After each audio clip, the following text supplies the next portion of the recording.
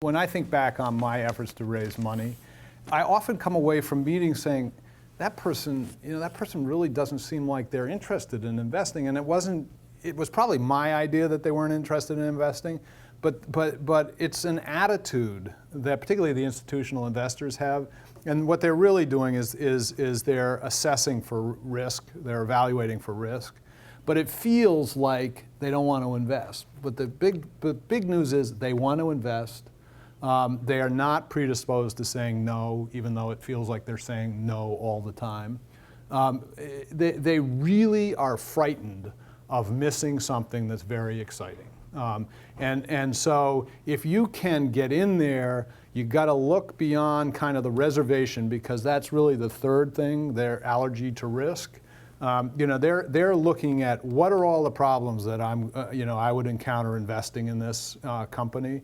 But if you keep moving forward, there's probably a 90%, 95% chance, a high percentage chance that there's no interest and that it won't work and you got to move on to the next one. But you got to walk into that room, and it's a psychological thing really. You got to walk into that room thinking that that person really does want to invest in your idea.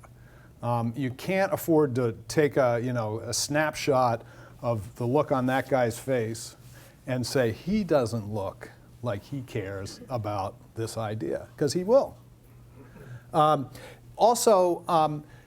This is a comment about angels and any institutional investor.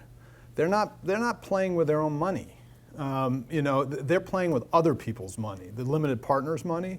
And so their aversion to risk is not only, they're thinking about themselves and losing money, they're thinking about getting whacked by the limited partners for making a stupid investment decision. But also they're worried about getting whacked by the limited partner for missing something. So both things are in play. If I can just now, you said you're from Turkey, right? Yeah. And you're trying to raise money. You're trying to raise money for a company? I will. The thing I would do is there's about 10,000 venture capitalists and private equity individuals in the United States. If you go through and you can get a list very easily. I bought one for $119 of every name. Find a Turkish surname. Find someone who you have some common ground with. Write that person an email. Now, it's a good way to start because you're from Turkey. Chances are their family or they may be from Turkey and over here. Find some common ground. I mean, that's the best way of starting.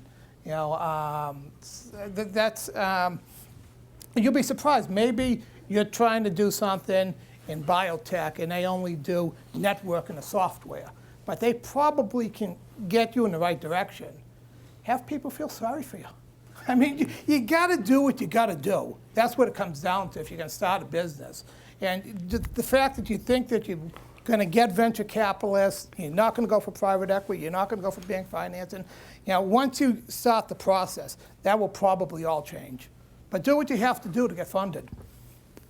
Okay, so you're in the game. You're either decided to put your shyness away, or you have a partner who's extroverted and is ready to go. You've got we're going to talk.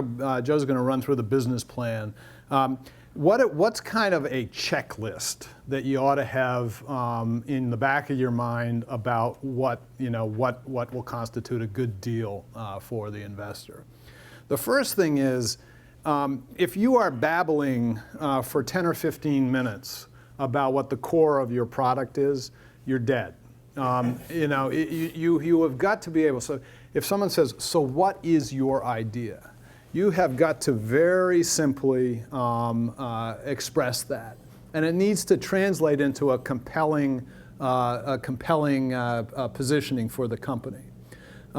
The elevator pitch, the famous elevator pitch. We'll get to this at the end of the presentation. But you really have to have that in mind. You got to be able to turn people's heads very quickly. Back to the auto repair shop. When that person says, what do you do? And you start to talk to them. If you're still talking about your business idea 5-10 minutes into it, that guy is thinking about, well, I wonder whether they've rotated the tires yet, or I'm almost going to be leaving here. And so it doesn't work. It has to be disruptive in some fashion. If you are going to enter a market with a Me Too product, you are not going to get the investors' attention.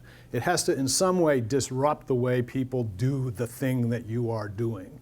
The interesting thing is, and Joe, you were talking to me about this the other day, some disruptive technologies mean that you can do X at 20% of the cost. Well, if you've identified a market that's a $100 million market and you're successful, that means that market really is $20 million in size.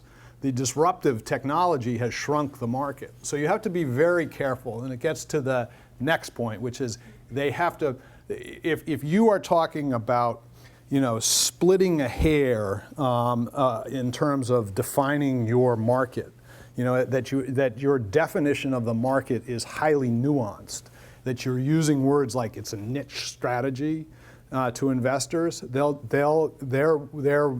flags will go up. And this is, again, I'm talking about larger investments, institutional investors. Friends and families are not going to be worried about your niche strategy. They'll think, that makes sense. Joe really wants to do it. Or Sally really wants to do it, we'll give them the money. So the calculation that I'm talking about is around a more professional investor or institutional investor. There are two dimensions to the size of the market. It has to be large. So you want to say it's this big instead of this big. But the key thing that is often missed by a lot of people is there has to be a compelling story about its accessibility. It's all, if it's a huge market, but you can't get into it, you're in trouble. So you have to talk about not only about the size of the market, but how you get into it, how it is accessed. You have to know the competition cold. One of the worst answers to the question is, our product or service is so unique, we have no competition. The face will go like this. Investors want to hear about healthy competition in the marketplace.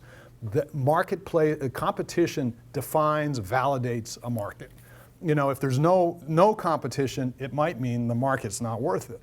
So that's an important distinction.